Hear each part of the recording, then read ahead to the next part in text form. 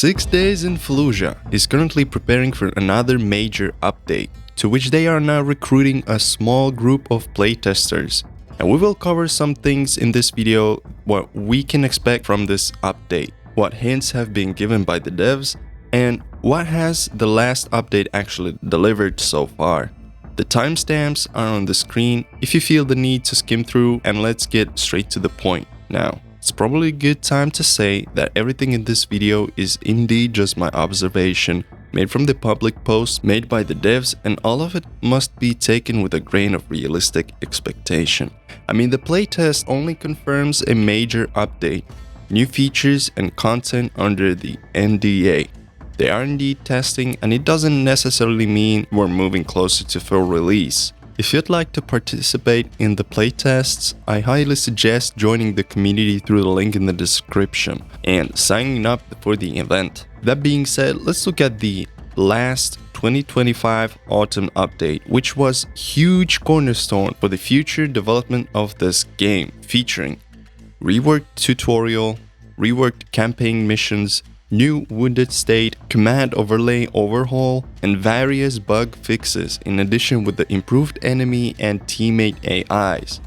To give you the context, the command overlay was probably the biggest system change here. Instead of just relying on holding the command button and choosing very limited command options, the game now gives you contextual tactical options in the world and UI. That matters because 6 Days is built around controlling your teammates quickly under pressure. There is no moment to hesitate in the heat of the battle, and you can, however, still micromanage and command the squad manually with the basic command options.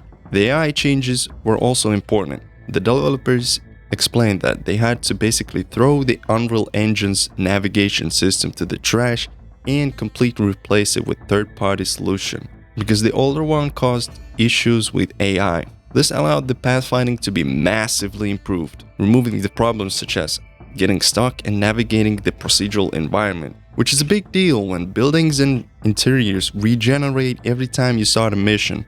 So reliable pathfinding is a massive deal.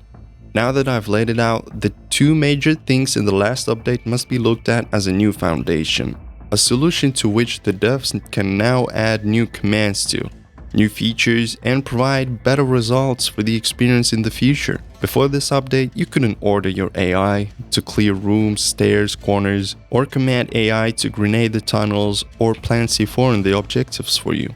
So what can we expect from the next major update? The summer 2026 update looks like it could shift towards a better progression system and loadout customization. To me, that sounds cool as hell. The veterans wanted better progression for a while now, and the loadout customization, we might expect some new guns to the game. Weapons like M4A1 assault rifle, M14 rifle, M240B machine gun, M590A1 shotgun, and the G19 pistol. A whole new variety to the roster, and of course, there'll be also new gun attachments to the game. This is huge, adding more to the gunplay, and not only that, character customization was mentioned to be a thing in the upcoming update, in addition with new player abilities. I wonder what that might mean. Player abilities to blind fire, drag a wounded soldier, order an airstrike, or something else that we can only speculate at this point. The character customization is described as interesting and authentic. So we still look forward to see unique but grounded customization, bringing some personality to the field.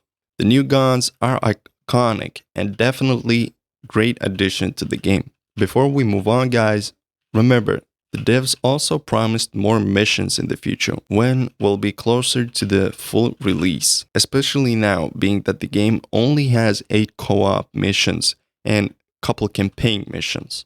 So what about the community? The community is hungry for any remarks on upcoming updates, especially at long-awaited console release. I can't even count the number how many are waiting for it, but as to that, I want to point out that Amper Camper has said consoles are still under development. and the game still needs more content and polish before that becomes realistic. The community is also doing a good job posting suggestions and development ideas in the forums and Discord, such as this big idea coming from this user and needs to add some sort of dynamic campaign where seizing one objective area unlocks another. This idea is great, being that you can add challenging variables to it, such as limited ammo or reserves you get throughout the operations campaign. So that's basically where we are right now. The autumn update has built a better foundation for the game, and if the next major update really brings this content, then this could be one of the most important updates 6 days has had so far. But again, everything here is based only on available public information I've gathered for you guys. Let me know in the comments what are your thoughts on the current state of the game and what would you like to see in the future. And if anything official drops, I'll try to cover it in this channel. Thanks for watching and I'll see you on the next one. Gammon out.